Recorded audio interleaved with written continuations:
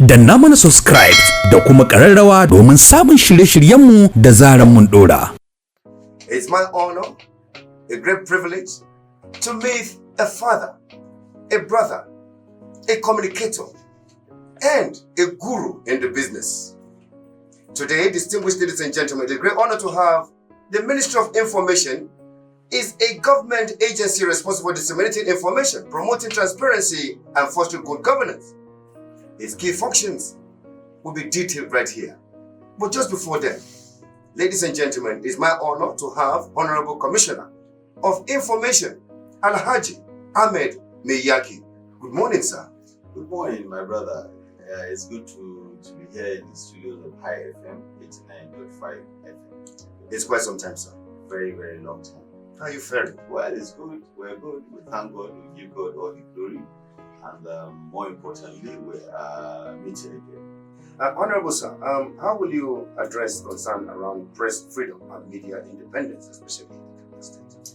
His Excellency Governor Obasani is one leader that has distinguished himself as a friend of the media. The media themselves, listening to the station, will attest to this, that he relates very freely with all the media organizations, irrespective of where you report.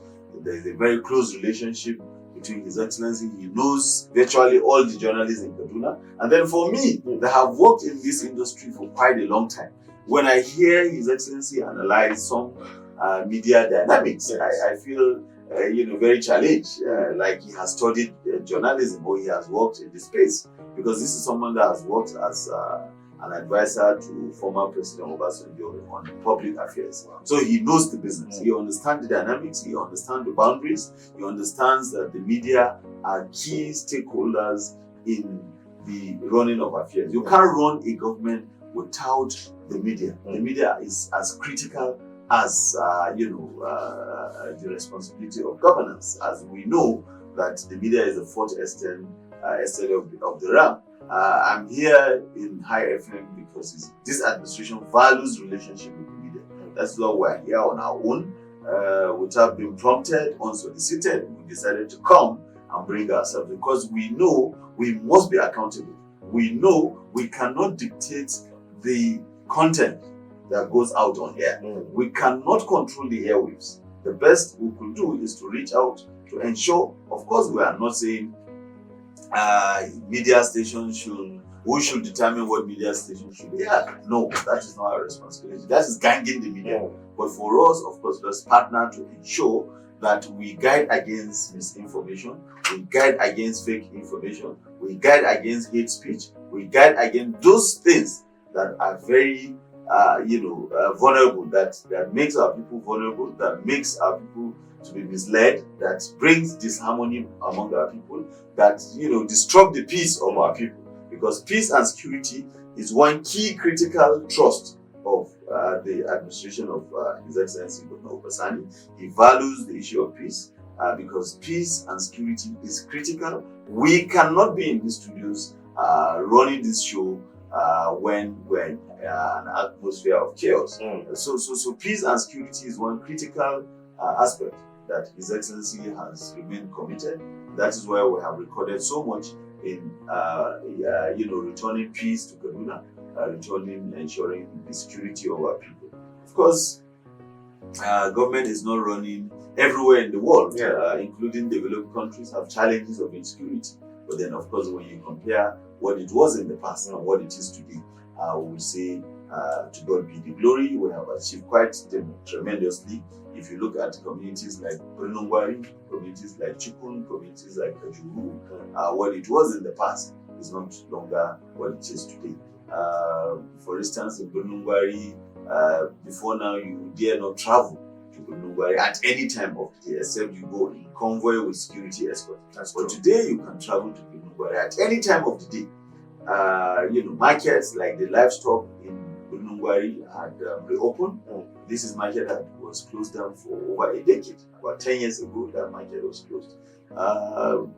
For our farmers across Brunungwari, Chukun, Kajuru, government have been able to recover over 500,000 hectares of land for our farmers to go back to the farms. And they are back to the farms because before now, they do not go back to the farms because of the insecurity.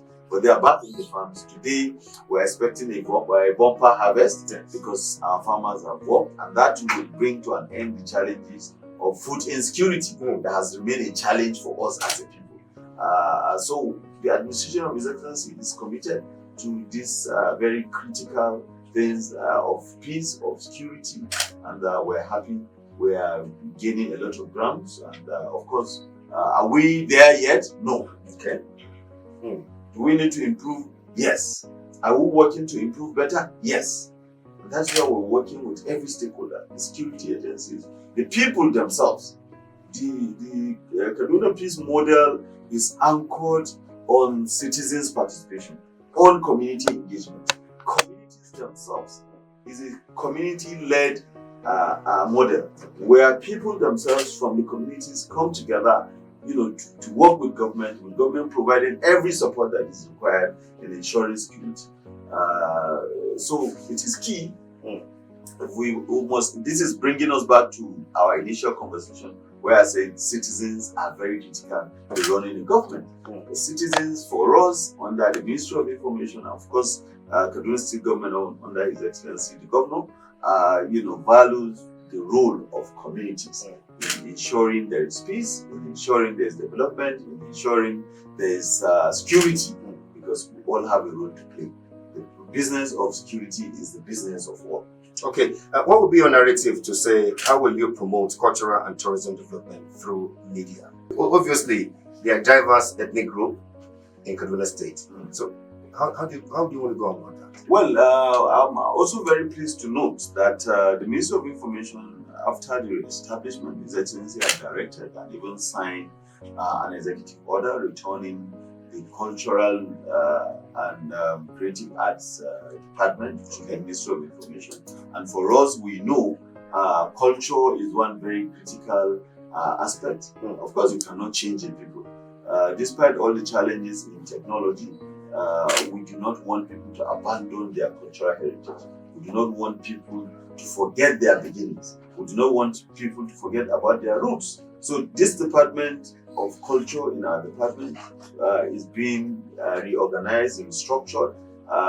We have a very experienced director, Mrs. Loretta, leading, and we want to ensure that we take people and carry out social reorientation, because the issue of culture has a lot to do with the family values and cultural heritage of the people. So working very closely to ensure we reach out to all critical stakeholders in this sector of culture to ensure that everybody has a role to play in bringing back our culture and not abandoning our roots. So what's your vision to say for the future of media and communication in the state? Well, the future, now that the office is live, the ministry is live. The future is very clear. We want to have a ministry that provides accurate information. Absolutely. We are running a system that tells the truth, that gives accurate information, that shows confidence, that provides leadership, and that is inclusive. Not running a system that is propaganda. When you lie, even to a child, your own son, when you lie to him and he discovers that you have lied to him, the next time, even when you speak the truth, he will say, "Daddy, you are lying." That is our vision. We want to run a ministry, a media system that tells the truth. We will tell people the truth as it is. And we must show that in equity, in justice, and then of course in fair play. People should feel that you are just. People should feel that you are being fair to them. People should feel and believe that you are telling them the truth. What you are telling them is accurate. When they check, they will find out what you are saying is the truth. So the next time when you speak, they will believe you. They will not live in doubt. That is our vision. That is what we're doing currently. We want to tell people the truth. For everything that we have said the government has done is something that is verifiable. The road project that I talked about in Romi Karatudu, you can go to Romi Karatudu and verify. The road project that I talked about in Aliumadaki Road, you can verify. The road projects in Pan Drive behind Artillery Barrack, these are projects that you can verify. The road projects in all the communities that we're carrying out, these are facts These are not speculations. And the moment we speak what is not true, I can assure you, the people that we lead will not believe us. And we don't want to run a system that thrives in propaganda. I want to ask this question, and the question would be like, what are your thoughts on the impact of misinformation on governance? You just gave an elaborate explanation on that. But then, I still want to put it this way, that how will you ensure government policies are effectively communicated to citizens? Well, coming to High FM is one way. Okay. We do not believe in just issuing statements to media organizations without coming ourselves to speak to people ourselves. We believe we want to interface directly with the people, because when there is a power in communicating directly with the people. There's a power in people speaking to you and taking responsibility. There's a power in connecting the people that you lead and government. So for us, we believe very critical that we do not want to run a one flow style of information dissemination.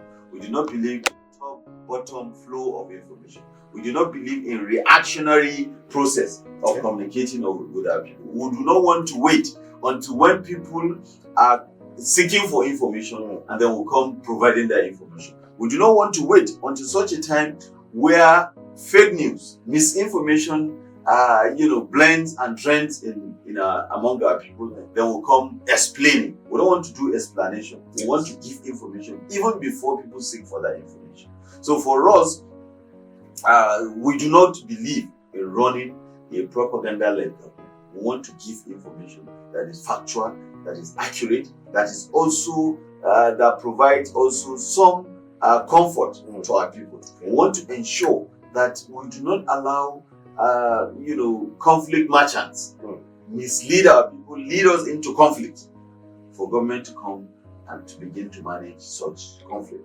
For us, we want to lead by providing information even before our people require such information. Of course, we'll be looking forward to getting feedback from the people, but then it is important that we provide information to our people, and then of course listen to the people to give us their feedback, and then of course for where we have explanations for why government is taking certain decisions, we provide such explanations.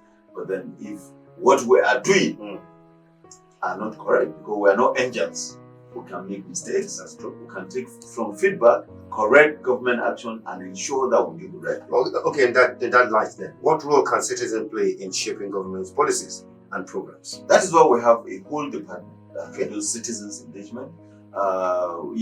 We are open. We'll be engaging with, like I said, the vertical and horizontal stakeholders system. Currently, we're doing a mapping of ensuring we identify every stakeholder in Kaduna. So we'll be engaging with people. It's not just engaging through the media.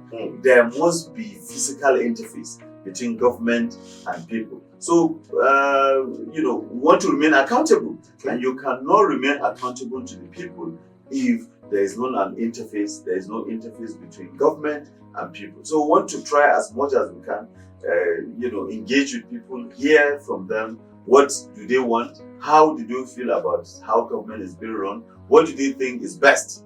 Where we have a better explanation, we'll provide them. Because as government, you are in position to know certain factors that will make you take certain decisions that is not known to the public.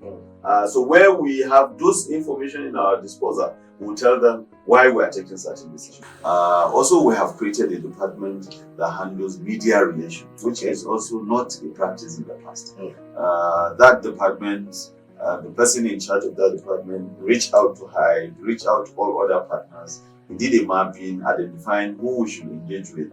That department is in charge of that media relation, relating with all media people, either as a group or individuals. Again, under the same department, we have a unit on citizens engagement. Yes. Citizens engagement is one critical part. It is high time that we stop treating communication as an afterthought, as a reaction, as just deciding for people. It is critical that government know what are the feelings of the people. For instance, currently we are working on the 2026 budget for the people of Kaduna State. It is not just enough to say we have a budget. but it is important while the process is going on to have a town hall meeting, engage with the citizens, ask them what are the feelings, what are their needs, because you can assume that the needs of a people is the provision of water or road, but when you meet them, you hear something different. They are not really interested in what you think they need. So it is important that there is an engagement between government and the citizens, so that we understand clearly what are their needs, what are their feelings, what exactly do they want, so that government do not keep investing in areas where they do not need. Of course, there are areas where government do not need to consult people. You providing security, you don't need to consult people to know that it's important you provide security for them. Providing infrastructure is one critical part, which of course the government is doing currently. I'm sure for those of us listening, we are witnesses to where a lot of projects have been abandoned. For instance, the Karatudu-Romi network routes is one project that was initiated by His Excellency late Sir Patrick Ibrahim Yekowa of blessed memory about 13 years ago. Successive administrations were in Kaduna, and nobody was able to prioritize and complete that project. But right now, we're glad to report that His Excellency have continued that project. He was there personally to perform the groundbreaking, and this is one critical project that is important to the people that live in that area. One other area is the Pan Piju Junction that leads behind Artillery Barrack. It's one critical project that has remained uncompleted. His Excellency has taken it up himself to ensure that that work is really completed. You do not need to engage the people of Karatunu, for instance, to know that such projects should be completed, because the longer you keep these projects uncompleted, the more expensive it becomes to be completed. So these are very critical projects that His Excellency Senator Obasani is concerned. But of course, like I said, we are not angels. Where we are not right, we are ready to take corrections so that we do the right thing, so that we have a government-led, government-centered, citizen-driven government under His Excellency Governor Obasani. Okay, let's look at the government media now. What are your plans for strengthening the Kaduna State Media Corporation? Well, Kaduna State Media Corporation is one station. Of course, I've had the opportunity to be its managing director from April last year to July this year. I want to tell you, it's one great asset, and it's one project that for me is very dear to me. Currently, the managing director, Mr. Ben Puri, my brother, is also doing quite well, in the station, leading the station, reaching out to other key stakeholders to ensure that the station keeps running. It is a state government-owned station with 5 radio stations. There is the Capital Sound in Kaduna, there is the Kada FM in Kaduna, there is the AM station in Kaduna, and then there is the Queen's FM in Zaria. And then, of course, there is the Rockside FM in Kafancha. Just shortly before I left, we have acquired transmitters. We want to start the terrestrial transmission as it was in the past, where people do not need decoders. They do not need to subscribe to any platform to watch our content. We are bringing back the terrestrial TV. Very soon, we have gone quite far in that project, and we'll be going back to ensure it is commissioned for our people to have access to content on what our government is doing. And then, of course, the mega projects. Currently, the project, His Excellency is committed to completing that project.